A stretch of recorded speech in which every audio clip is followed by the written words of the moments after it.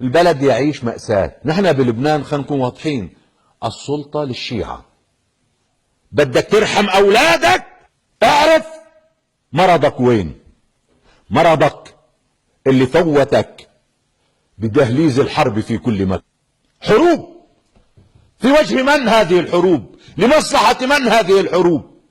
اليوم نحن عم نقاتل بتركيا، عم نقاتل عفوا بحلب بخدمة الروس والأمريكان. بعد في حدا عنده أدنى شك أن تحالف أمريكي روسي لقتل المسلمين وأطفالهم ونسائهم وهدم بيوتهم في سوريا؟ بعد في حدا عنده أدنى شك؟ نحن في خدمة من؟ في خدمة الأمريكي. نحن ندعي شيعة آل محمد. نحن في خدمة الروسي ضد كل طفل مسلم. نحن عملاء، نحن أدنى مستوى من العمالة. يا إخواني، للإنصاف أريد أن أخاطب كل من يسمعني. الأمة الإسلامية تتعرض لحرب لعدوان غربي شرس بدون مبرر.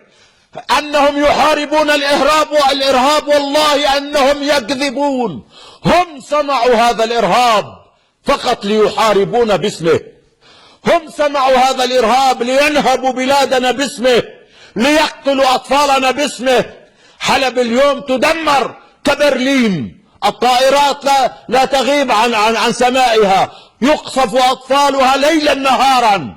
الطيران الأمريكي والطيران الروسي متحالفان على أطفال المسلمين. هذه الحقيقة.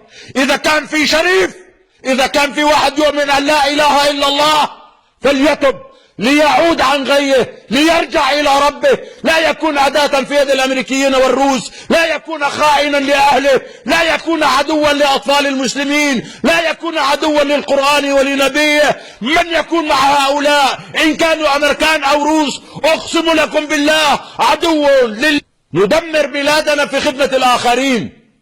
ليش الأمريكي والروسي بده يدمرونا؟ ليش؟ يا أخي فهمنا، بغض النظر فهمنا في داعش. طيب هذا الأطفال هون شو في؟ طيب إذا كانت هاي الدول عن صحيح عم تفكر، المفترض تحل المشكلة. ما عم تقولوا ديمقراطية، طيب وقفوا العالم عن بعضها، قولوا ممنوع القتال واعطوه فرصة واعملوا انتخابات، واللي بيجي رئيس أهلا وسهلا، خلي الشعب يقرر. ليش ممنوع؟ بدكن حاكم قد الصباط تبعكم.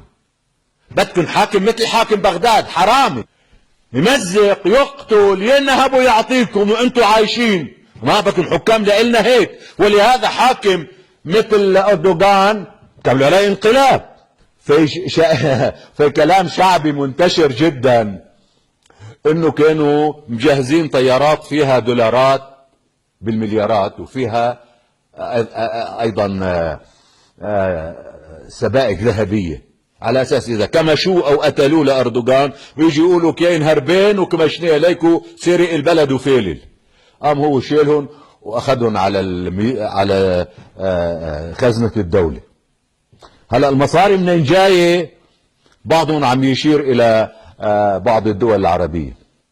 ما بدهم حكام اشراف. لا، بسوريا ممنوع يكون حاكم شريف، لازم يكون حاكم جاي من تحت السباط الامريكي، هيك بصراحة. بليبيا نفس الشيء، بمصر مثل اسمها مصر.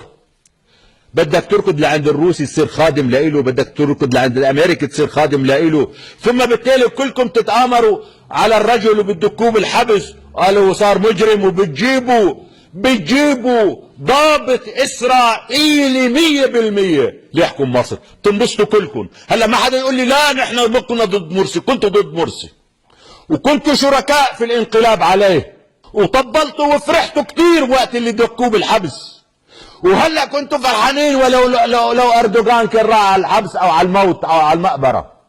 لحتى كل المنطقه تصير العراق وتصير ليبيا وتصير سوريا وتصير كل هالمنطقة هاي. والفساد في العراق أشد وأخطر وأخوف وأعظم من الحرب الأهلية الدائرة فيه. وبالمناسبة أن يعني التيار الديني الشيعي حاكم، عمايم، جبهات محروقة من كثرة السجود. هؤلاء الذين يتحدثون عن مظلومية أهل البيت، وأن الإمام الحسين خرج للدفاع عن جده خرج للوقوف في وجه الظلمة والمجرمين واللصوص، وأن علي بن أبي طالب كذا، وأن السجاد كذا. لا، بالتأكيد على نحو القطع واليقين لم يشهد لا تاريخ بني العباس ولا تاريخ بني أمية ولا تاريخ بني عثمان أسوأ وأحقر من هؤلاء الحكام.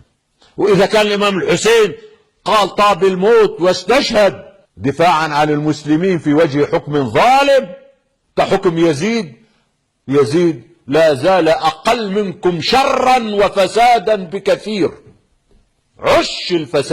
عش الفساد الأمريكي، هكذا الأمريكيين يريدون.